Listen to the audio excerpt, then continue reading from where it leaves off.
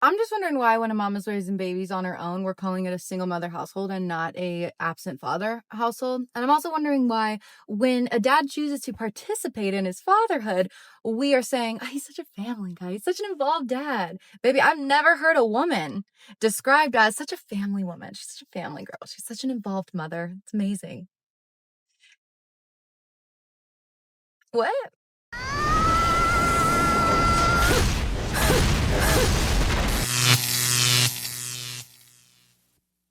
Welcome to the wall. The modern woman is suddenly waking up. The matriarchy she shouted for all those years has finally arrived, and she doesn't like it one bit.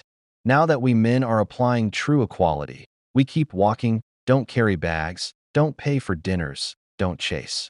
Suddenly the world feels cold and cruel. Where did the gentlemen go? Where are the ones who paid for everything and ran after them? They've stepped out of the game, sweetheart.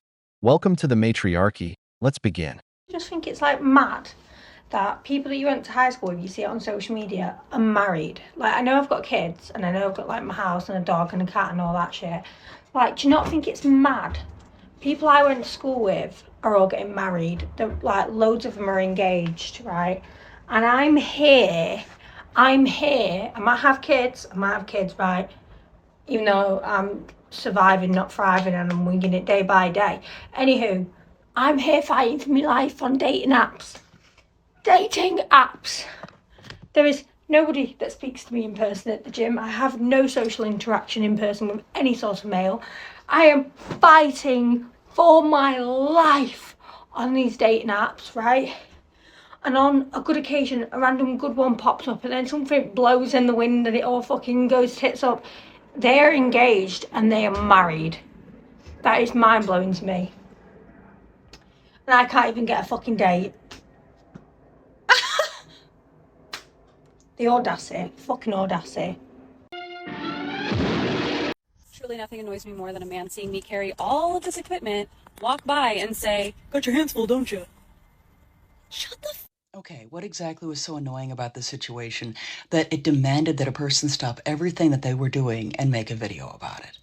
Was it the fact that the guy said something sarcastic in regards to how much crap a person was carrying in one load? Or was it the fact that the guy didn't stop to offer to help? Because if it's the former, do bear in mind that oftentimes it is difficult for any person not to point out when another person is doing something rather silly. And if it's the latter, well, do bear in mind as well that women have been telling men for years that they don't need their help. Equality, after all. A woman can do everything that a man can do. And a lot of women have been telling men they don't need them at all. So it's no surprise that he didn't stop to help if that was the problem. But no matter what the issue is, it's always nice when someone can take time out of their day just to make a video about how annoyed they were at a situation. No, God! No, God, please, no! No! No! No! Men not knowing anything about their friends in that video that's going around and going viral right now, I think is like the exact epitome of why women like myself are starting to wake up to like the propaganda of marriage and like long-term partnership. I'm somebody who's had a lot of long-term serious relationships, unfortunately only with men because I am very unfortunately straight. And I can tell you that I've never had a romantic partner who could match the depth of a good female friend in terms of like the emotional like depth and vulnerability and just like care and being there that I have with my friendships. I think now as somebody who is in my late 30s and who is not found my like forever partner, I'm sort of like I don't even know if I want one. Like I think I was just programmed to think that I want one because, you know, that's what society says is like a marker of success, but the more I think about it, the more I'm like I would rather go through life with my female friendships as like my core people and then just like have men for fun, like whatever Cher said. You don't know the video I'm talking about. This guy talked to his close friends and asked them questions, and they couldn't name anything about them. They had no idea his like ex-girlfriend's name. They had no idea that he had moved out of his apartment, I think left the city because he was so heartbroken. No idea he went through a hard time. And like that's insane to me. Like I do genuinely feel bad for men that the society's like let them down too like this to an extent. But then you also see all of these like articles coming out that like the happiest women who live the longest are single. The happiest men who live the longest are married. And it's because women are doing the emotional labor. So I don't know. I don't know if there's a point to this once again, but I just think this is like why women like me and some others I've heard of are like kind of awakening to the idea of like maybe a partnership doesn't actually benefit women because very few people, and there are few, there's exceptions, but most friends that I know who are in like partnerships, even if they're married to like a wonderful, loving man, they're still not reaching that emotional depth that like they can get from their friends. Like I see seen and validated by every close friend who's a woman in my life, and I don't know if I've ever gotten that from a romantic relationship from a man. So I guess the moral of this is just it's okay if you feel that way, and women should just continue to, like hold space for each other, and hopefully men can learn how to do the same. Women are getting a taste of their own medicine. Men today are simply applying everything they asked for. They wanted to be left alone. They complained about good manners and male courtesy. And now that they've been given all the rights they loudly demanded, they're being treated as equals, and they're mad about it. We're applying this to dating too, because men aren't interested in going out anymore, especially not with single moms. And about that last type of woman, brothers, women only say they don't care about marriage when they're not in a relationship.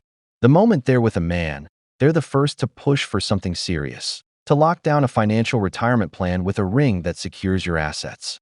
And by the way, men aren't the only emotional ones like your girlfriends say. If you're into another man, fine, but a man shouldn't be your best friend.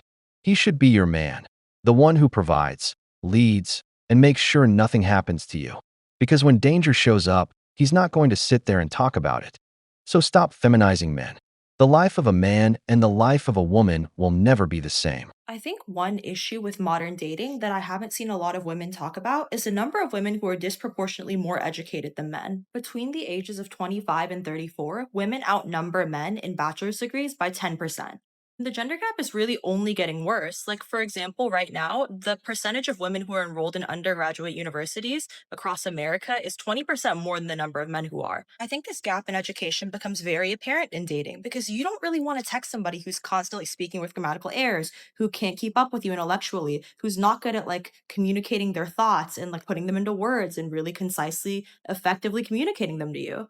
For the first time in American history, the average woman is more well educated than the average man. And I think that's why we have issues like the male loneliness epidemic. A lot of women choosing to be single voluntarily because they've poured energy into other hobbies and other academic efforts or things that are more mentally stimulating.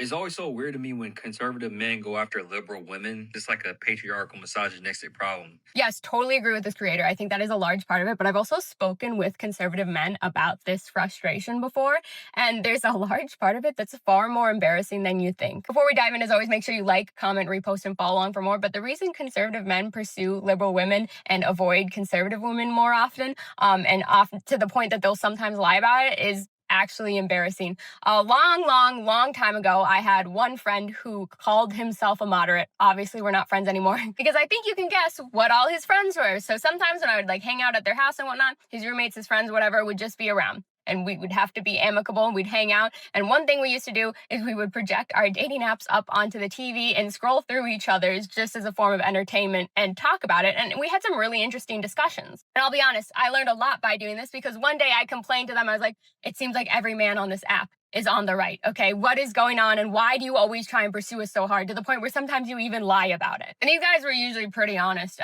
but the first thing they said was, well, we have the same complaint. All the girls on our apps are on the left, so it's just kind of what we have to choose. And the very few that are on the right are slim pickings and they're not very attractive. They admitted they're not very attracted to their own kind. And the second and more embarrassing thing they admitted is that dating women on the right is very difficult. It is far easier to date a woman on the left because they're way more relaxed and they expect much less of us. Which I wouldn't necessarily agree with, but I think once again, as always, they were focused just on the financial aspects and not like the emotional labor that women on the left would actually expect you to deliver if you dated properly. Now, obviously, I was like, oh, that's fascinating. They openly admit that they cannot reach the standards that they have set for themselves. They are walking hypocrites. They want to believe that men should be the head of the household, that men should do this, should provide, etc., etc. But then when the time finally comes to it, they cannot meet that. And they found that trying to is too exhausting. So they just want to go to church every Sunday, pretend that's the way it is, and then come home and never have to actually fulfill their end of the bargain. Whilst not changing their expectations or standards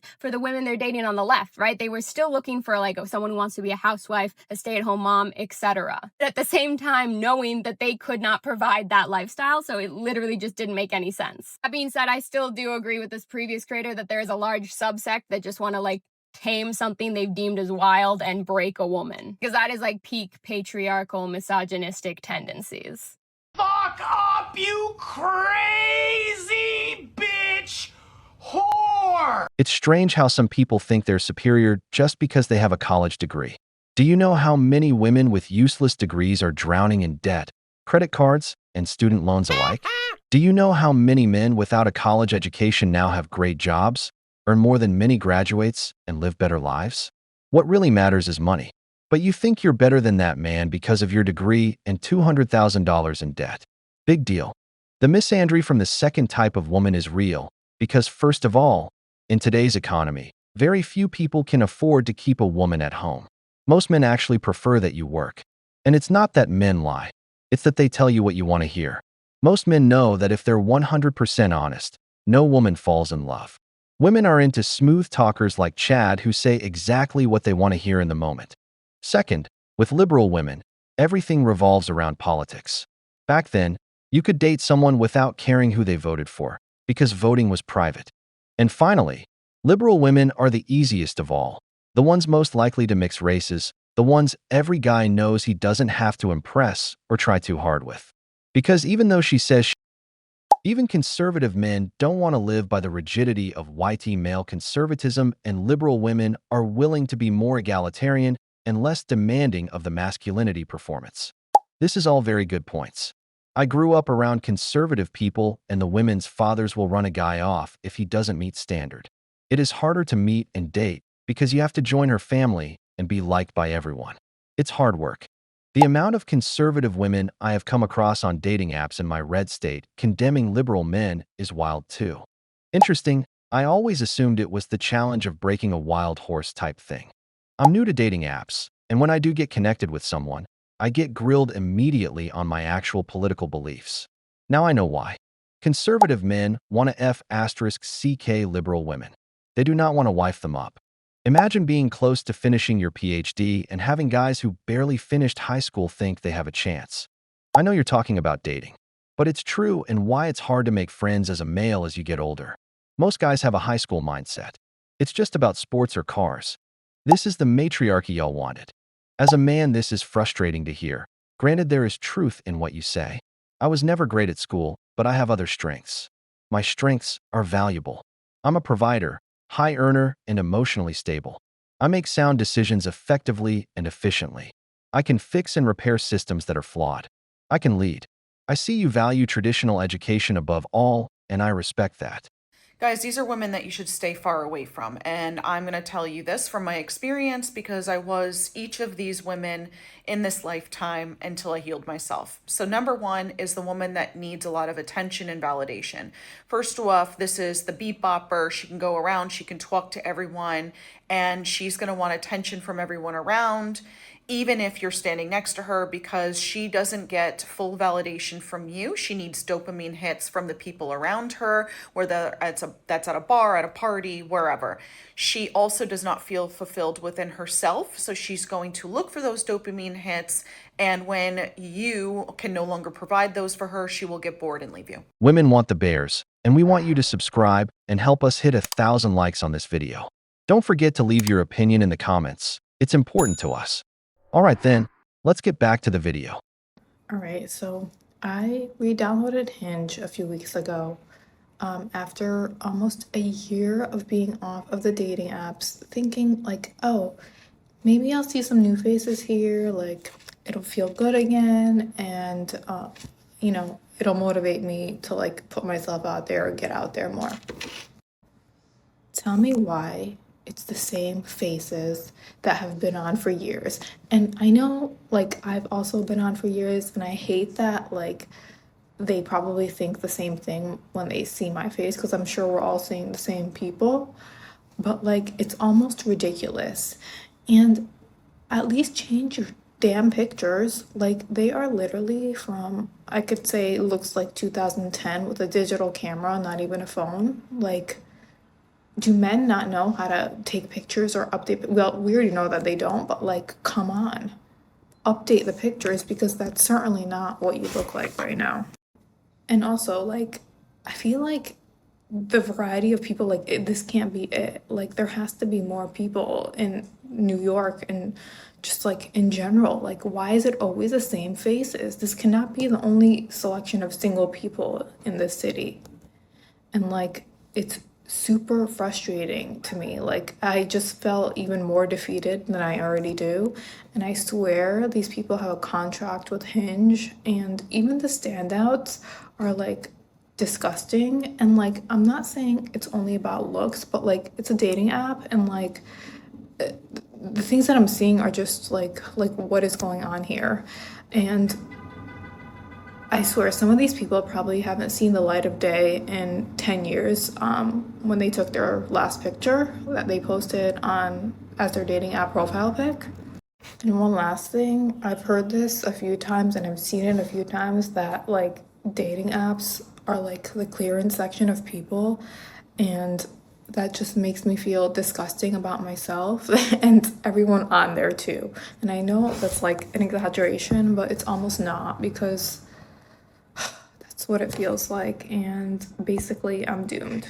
So the most common thing that I hear from women in therapy is, I can't stop thinking about him. I've ended the relationship and I just can't move on. I'm thinking about them all the time, and I really feel like we could go back to how it was at one point in the relationship. Early on, it was great. It was working. We were connected. They made me feel loved. What happened? Why can't we get that back? And my answer to that as a therapist is that they just can't, because of their own attachment wounds. At the beginning of the relationship, they were not activated. It was not a secure dynamic in which they felt they were romantically involved. So they could give that person what they needed. They could show up emotionally. They could show up relationally. But once it had the label, once it started to feel like commitment, it activated that wound of, I can't be seen, I can't be loved or receive love without pulling away. And so women are left chasing something that they could never have back. The big difference between men and women is that we think with our heads and they think with their hearts, and they want us to do the same. All these videos are full of, how does this make me feel? I feel defeated. I can't stop thinking about him. I need attention. The pictures are ugly. It's emotions 24/7. But life doesn't ask a man how he feels when he gets fired, when he can't pay rent, or when he has to work 14-hour days just to eat. The average man doesn't have the luxury of living in his feelings. If he breaks down crying on a street corner, no one's coming to save him.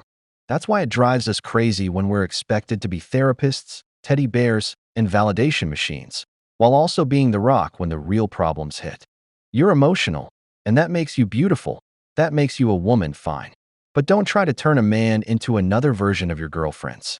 Because the day I become 100% sensitive and empathetic the way you want, that same day you'll lose respect for me and run off with the guy who actually has the balls to lead and protect. It's that simple. Keep your feelings, but don't ask me to live in them. The real world doesn't cut any slack for Care Bears. Women. We've reached the end of the video, but before we go, the questions are for you. What do you think about dating becoming a political arena? Do you have a college degree? If not, how are you doing financially? If you enjoyed the video, give it a thumbs up, subscribe to the channel, and turn on the notification bell. Your support means everything to us and motivates us to keep creating more content every day. Don't miss the next exciting episode of The Wall.